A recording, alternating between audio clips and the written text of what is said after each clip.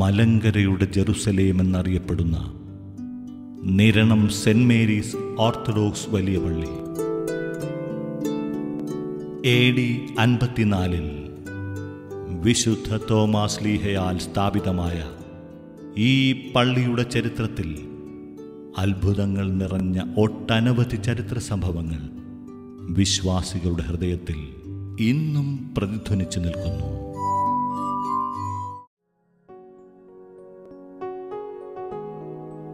പരിശുദ്ധനായ തോമസ് ലീഹയുടെ പാദസ്പർശനത്താൽ പരിപാലനമാക്കപ്പെട്ട പുണ്യഭൂമിയാണ് നിരണം. തോമസ് ലീഹ AD 52 കേരളത്തിൽ വരികയും തോമത്തുകടവിൽ വായ്ക്കപ്പലിൽ വന്നിറങ്ങി ധരണം പ്രദേശത്ത് വന്ന് AD 54 ധരണം പള്ളി സ്ഥാപിക്കുകയും ചെയ്തു. പരിശുദ്ധനായ തോമസ് ലീഹ സ്ഥാപിച്ചിട്ടുള്ള ഈ ദേവാലയം പരിശുദ്ധ കന്യകമറിയം അമ്മയുടെ നാമത്തിലാണ് സ്ഥാപിച്ചിരിക്കുന്നത്. ഈ ദേവാലയം ഇന്ന് മലങ്കര ഓർത്തഡോക്സ് സുറിയാനി സഭയുടെ ഭരണത്തിന് കീഴിലാണ് സ്ഥിതി ചെയ്യുന്നത്. ചരിത്രപരമായി വളരെയധികം പ്രാധാന്യമുള്ള ഒരു ദേവാലയമാണ് ധരണപ്പള്ളി. 2-ാം മാർത്തോമ, 5-ാം മാർത്തോമ, 6-ാം മാർത്തോമ എന്നീ പിതാക്കന്മാർ ഇവിടെ താമസിച്ചുകൊണ്ടാണ് മലങ്കര സഭയുടെ ഭരണം നിർവഹണം നടത്തിയിരുന്നത്. 2-ാം മാർത്തോമയും 5-ാം മാർത്തോമയും ഇവിടെയാണ് കബറടങ്ങിയിരിക്കുന്നത്. തോമസ് ലീഹ സ്ഥാപിക്കപ്പെട്ട ദേവാലയം 4 പ്രാവശ്യം പുതുക്കി പണിയപ്പെടുകയുണ്ടായി. 1912 ഫെബ്രുവരി മാസം 14-ാം തീയതി പരിശുദ്ധനായ വട്ടശ്ശേരി തിരുമേനിയിലാണ് ഈ ഇപ്പോൾ ഇവിടെ നിൽക്കുന്ന ദേവാലയം കൂദാശ ചെയ്യപ്പെടുന്നത്. 1912 സെപ്റ്റംബർ 15 മലങ്കരയിലെ കാതോലിക്ക സ്ഥാപനം നടന്നിട്ടുള്ളതും ഈ ദേവാലയത്തിൽ വെച്ചാണ്. ഈ ദേവാലയത്തിൽ നിരവധി മലങ്കര സുറിയാനി ക്രിസ്ത്യാനി അസോസിയേഷൻ യോഗങ്ങൾ നടന്നിട്ടുള്ളതാണ്. ബദനിയിലെ അലക്സിയോസ് മാർ ദേവദാസ് തിരുമേനി ഈ ഇടവകാലമായിരുന്നു. പരിശുദ്ധനായ കരുമേൽ തിരുമേനി നിരണത്ത് താമസിച്ചാണ് ധരണം മദ്രാസനത്തിന്റെ ഭരണ നിർവഹണം നടത്തിയിരുന്നത്. പരിശുദ്ധ പിതാവ് താമസിച്ചിരുന്ന കിടക്കമുറി ഇന്നും ഇവിടെ അതേപോലെ സൂക്ഷിക്കപ്പെട്ടിട്ടുണ്ട്. തോമസ് ലീഹയുടെ തിരുശേഷിപ്പ് വെച്ചിട്ടുള്ള സ്മൃതി മന്ദിരം ദേവാലയത്തിന്റെ തൊട്ടടുത്ത് തന്നെയാണ് സ്ഥിതി ചെയ്യുന്നത്. അവിടെ പരിശുദ്ധ പിതാക്കന്മാരാൽ വാഴ്ത്തപ്പെട്ടിട്ടുള്ള അലങ്കര തൈലം, പുരാതന താളുകളുടെ ഗ്രന്ഥങ്ങൾ, ശിലാലിഖിതങ്ങൾ, ശിലാചിത്രങ്ങൾ, പഴയ പാത്രങ്ങൾ, യെരുശലേമിൽ നിന്ന് കൊണ്ടുവന്നിട്ടുള്ള കല്ലുകൾ, നിരവധി പുരാതന സാധന സാമഗ്രികൾ അവിടെ സൂക്ഷിച്ചിട്ടുണ്ട്.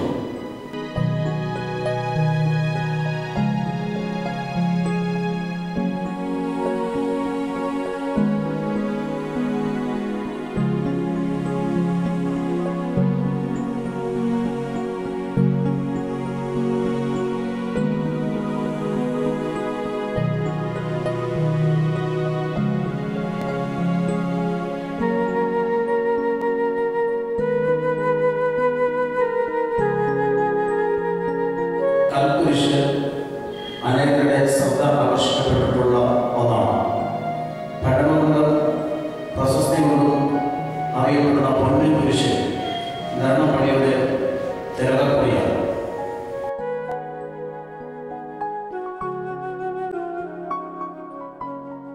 ദൈവത്തിൻ്റെ വലിയ തിരുനാമത്തിന് മഹത്വമുണ്ടായിരിക്കട്ടെ. AD 54 കർത്താവിൻ്റെ ശിഷ്യനായ തോമസ് ലീഹയാൽ സ്ഥാപിതമായ നിരണം വലിയ പള്ളി ഇന്ന് ലോകപ്രശസ്ത തീർത്ഥാടന കേന്ദ്രമായി ഓരോ ദിവസവും വളർന്നുകൊണ്ടിരിക്കുന്ന ഒരു ദേവാലയമാണ്. ഏകദേശം 1500 ഇടവക അംഗങ്ങൾ ഇപ്പോൾ ഈ ദേവാലയത്തിൽ ഉണ്ട്.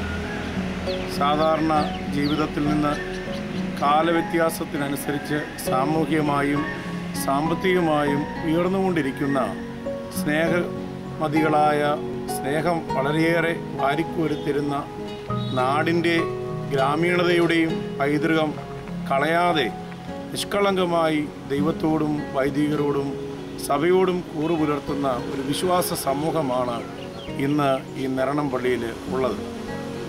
സഭയുടെ ചരിത്രത്തിൽ പല വൻകാര്യങ്ങൾക്കും സാന്നിധ്യമരുളുവാൻ ഈ ദേവാലയത്തിന് സാധിച്ചിട്ടുണ്ട്. ഈ ദേവാലയം സ്ഥാപിച്ച മാർത്തോമാ ശ്ലീഹായുടെ ഓർമ്മ പെരുന്നാൾ എല്ലാ വർഷവും ഡിസംബർ മാസം 16 മുതൽ 21 വരെയുള്ള തീയതികളിൽ ഭക്തിപൂർവം നടത്തപ്പെടും. കൂടാതെ ബഗനാൻ സഹദായുടെ പെരുന്നാൾ ഡിസംബർ മാസം 26-ാം തീയതി നടത്തപ്പെടുന്നുണ്ട്. അതുകൂടാതെ വളരെ പ്രസിദ്ധമായ ദൈവമാതാവിൻ്റെ പെരുന്നാൾ നടത്തപ്പെടുന്നത് സെപ്റ്റംബർ 1 മുതൽ 8 വരെയുള്ള തീയതികളിലുമാണ്. ഈ ദിവസങ്ങളിലൊക്കെയും വലിയൊരു ജനപ്രവാഹം ഈ ദേവാലയത്തിലേക്ക് കടന്നു വരുന്നുണ്ട്.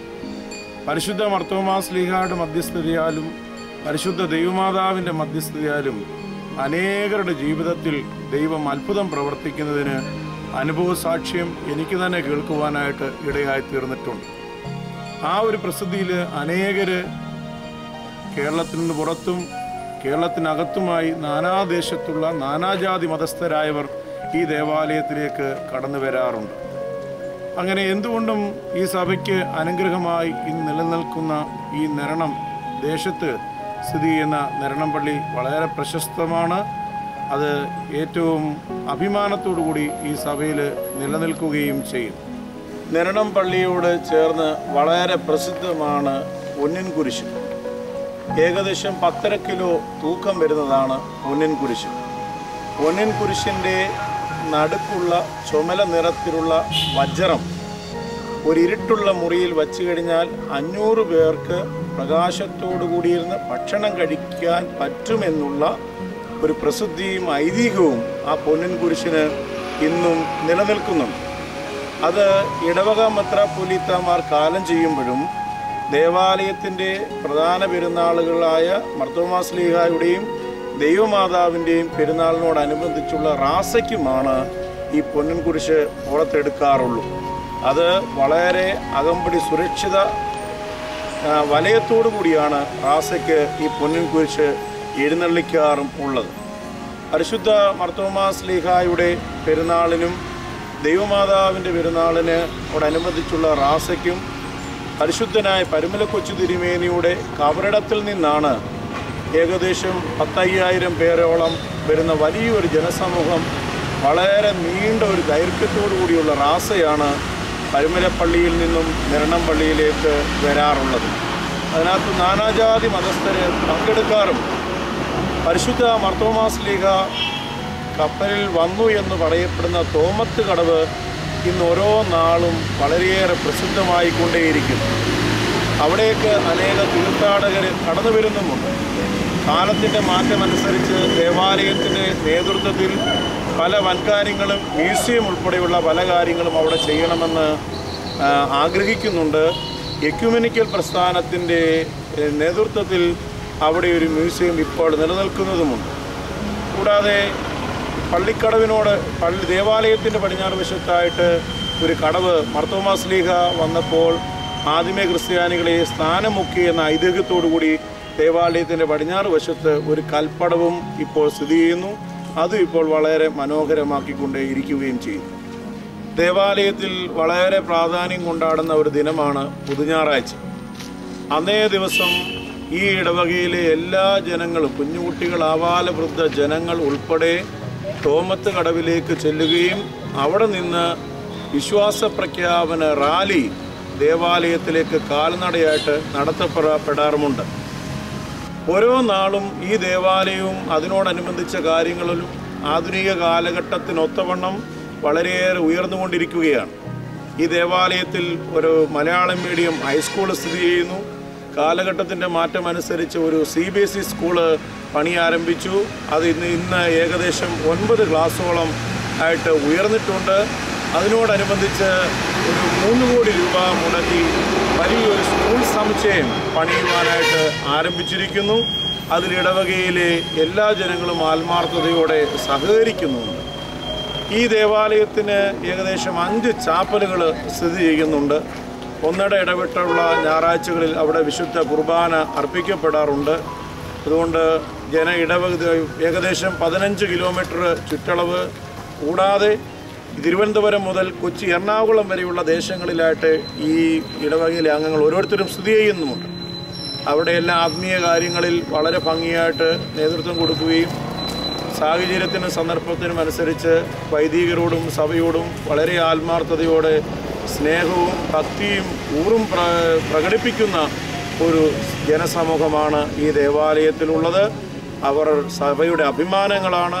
ഈ ദേവാലയവും ഈ സമൂഹത്തിനും ഈ സഭയ്ക്കും എന്നും അഭിമാനമായിട്ട് നിലനിൽക്കുകയും ഇത്രത്തോളം ഭംഗിയായി നടത്തിയ ദൈവത്തെ സ്തുതിക്കുകയും ചെയ്യുന്നു. ഈ ദേവാലയം സ്ഥാപിച്ച മാർത്തോമാ ശ്ലീഹായുടെ തിരുശേഷിപ്പ് മൈലാപ്പൂരിൽ നിന്ന് വലിയൊരു വാഹന അകമ്പടിയോടുകൂടി ഈ ദേവാലയത്തിലേക്ക് കൊണ്ടുവരികയും മാത്യൂസ് ദിദിയൻ കാതോലിക്ക ബാബായുടെ കാർമ്മികത്വത്തിൽ ഈ ദേവാലയത്തിൽ സ്ഥാപിക്കുകയും ചെയ്തു. ഇന്ന് അനേകർ വന്ന് അവിടെ പ്രാർത്ഥിക്കുകയും അനേകരുടെ ജീവിതത്തിൽ അത്ഭുതങ്ങൾ പ്രവർത്തിക്കുകയും ചെയ്യുന്നു. അങ്ങനെ ആധുനിക കാലഘട്ടത്തിനൊത്തവണ്ണം വളരെയേറെ സാഹചര്യത്തിനൊത്തവണ്ണം ഈ ദേവാലയം വളരുന്നു, വളർത്തുകയും സഹായിക്കുകയും ചെയ്യുന്ന ദൈവത്തെ നന്ദിയോടെ സ്തുതിക്കുകയും സ്തോത്രം ചെയ്യുകയും ചെയ്യും. AD 54 മാർത്തോമാ ശ്ലീഹായാൽ സ്ഥാപിതമായ നെരണം പള്ളിയും ഇടവക ജനങ്ങളും പരിശുദ്ധ കാതോലിക്ക ബാബയോടും സഭയോടും എന്നെന്നും ഭക്തിയും കൂറും ഉള്ളവരാണ്. അത് എന്നെന്നും നിലനിർത്തുകയും ചെയ്യുമെന്ന് ഉറച്ച് വിശ്വസിക്കുകയും ചെയ്യും.